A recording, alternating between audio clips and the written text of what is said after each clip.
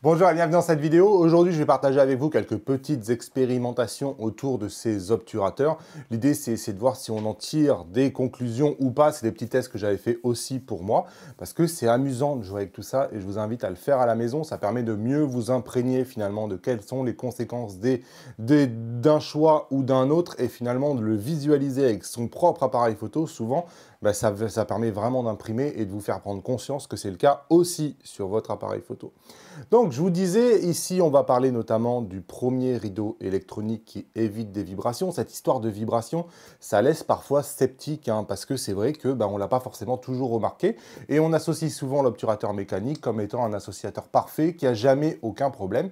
Et un peu dans mes vidéos, quand je vous dis que parfois ça introduit ce qu'on appelle le shutter shock, ça fait quand même débat. Et on se dit, non, moi je ne l'ai jamais remarqué. Alors, c'est quelque chose, je vous l'ai dit, qui est généralement un phénomène qui est au maximum de son effet à 1/10, 1/20 de seconde. Mais le problème, c'est que ce n'est pas uniquement à ces vitesses-là. Il faut bien comprendre que ça dépend un peu des capteurs. Il y a deux paramètres qui viennent jouer. Il y a à quel point votre rideau mécanique est doux ou violent, parce que là aussi, tout le monde n'est pas logé à la même enseigne. On a des mécanismes d'obturation mécanique, par exemple dans le XH1, avec des obturateurs qui sont hyper feutrés, qui sont surcoussinés, qui vont faire très très peu de vibrations, et d'autres, je pense au D850, qui on dirait une mitraillette. Clairement, ça ne produit pas du tout la même vibration. Mais, parce qu'il y a un mais, vous avez maintenant sur les hybrides deux technologies de capteurs. Vous avez des capteurs qui sont fixes, pas de problème, il y a peu de vibrations qui leur sont transmises parce que ils sont fixes. Et ensuite, vous avez les capteurs stabilisés. Les capteurs stabilisés sont des capteurs flottants. Qui dit flottant dit beaucoup plus sensible au mouvement puisque ils flottent. Alors certes, on peut se dire, oui, mais ils sont stabilisés. Oui, mais est-ce que la stabilisation est capable de contrer les vibrations? Donc, quelque part, oui, il est stabilisé, mais il est flottant. Et comme on a des vibrations, est-ce que la stabilisation combat les vibrations? C'est un peu le genre de questions auxquelles je souhaite répondre ici dans cette vidéo. Mais c'est vrai que le phénomène, c'est pas si facile que ça de répondre à cette question. Alors, j'ai commencé avec du 1/60 de seconde, parce que dans les commentaires, on m'a dit, oui, non, mais c'est vraiment qu'à 1/10 ou 1/15. Ici, je fais un test avec un Canon R5 qui est le plus haut de gamme aujourd'hui chez Canon. C'est un appareil photo qui est connu pour être quasiment le meilleur appareil photo sur le marché. On est sur un capteur stabilisé, donc flottant. Et on est en plus sur un obturateur qui est assez silencieux et qui est très doux sur le Canon R5. Donc un peu la question qui se pose, c'est est-ce qu'à 1/60 de seconde, qui est quand même une vitesse assez rapide, est-ce qu'on va voir la différence entre les trois obturations? Ici, la stabilisation est désactivée. Donc ici, 1/60 de seconde, je prends 3 photos d'un calendrier. Je pris un calendrier, c'est quelque chose d'usuel que vous avez aussi chez vous. Si vous avez, vous savez, ce genre de calendrier très plat, ça permet facilement de faire une photo pour tester dessus sans avoir de problème de profondeur de champ. Et ici, quand je zoome sur ce calendrier, je m'aperçois assez vite d'une chose, c'est qu'ici, je suis zoomé à 100%. Il y a une des photos qui est moins nette que les autres. C'est la photo qui est en bas. Je ne sais pas si ça passe bien. Je vais vous le zoomer parce que sur YouTube, je vous zoome toujours à 200%. On voit mieux. On voit très nettement qu'il y en a une des trois qui est moins bien. Et quand vous regardez laquelle des trois est le moins bien, MS, Mechanical Shutter.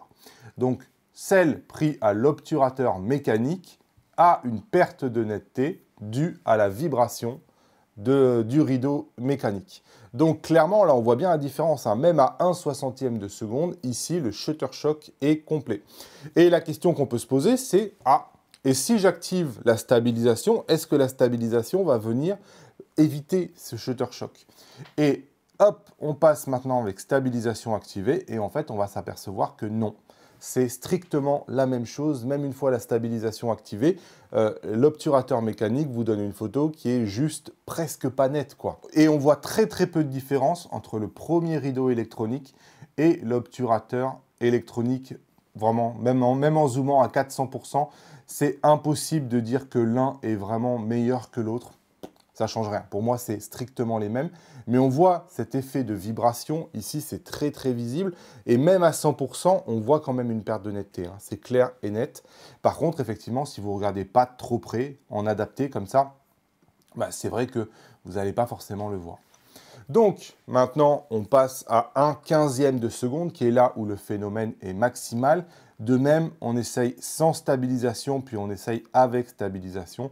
On s'aperçoit qu'on a toujours la même conclusion. L'obturateur mécanique qui est en bas, la photo est floue.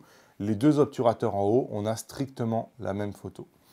Si j'active la stabilisation, je vais voir aucune différence, hein. C'est-à-dire que l'obturateur mécanique est toujours flou, alors que le premier rideau électronique et le rideau et l'obturateur électronique, pas de problème, et c'est les mêmes photos.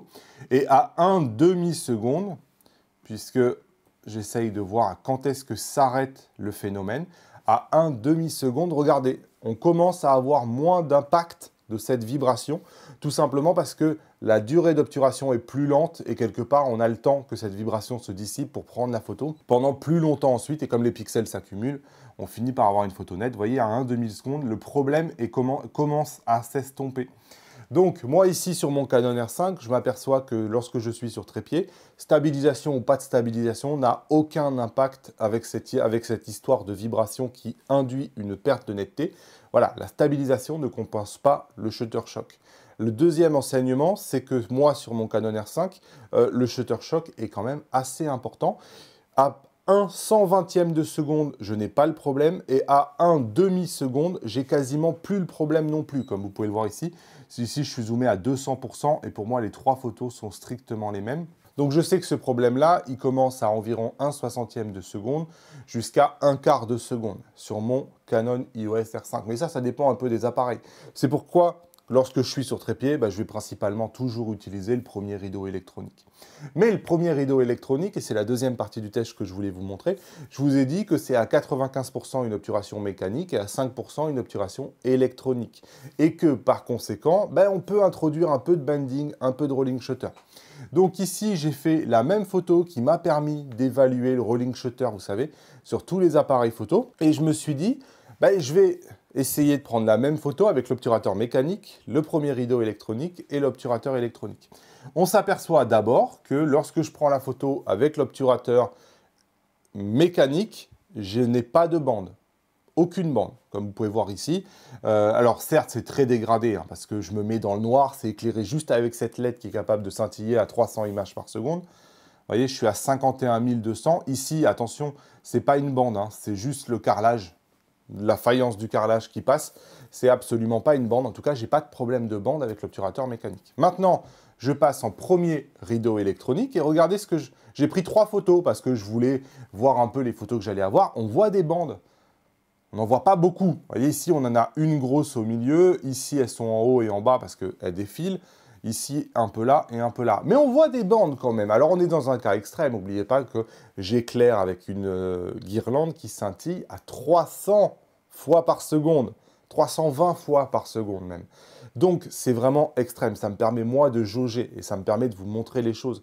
Ça veut dire qu'on a très peu de déformation. Très peu de déformation. Parce que regardez l'obturateur électronique, ce qu'il donne. Il donne ça. Et là, on est dans le cas d'un Canon EOS R5 qui fait partie de ceux qui ont le moins de déformation de tout le marché. Donc le premier rideau électronique est minime par rapport à l'obturateur électronique qui, lui, on le voit, est impacté par le rolling shutter, va vous entraîner des déformations, va vous entraîner du bending lorsque vous êtes en éclairage artificiel.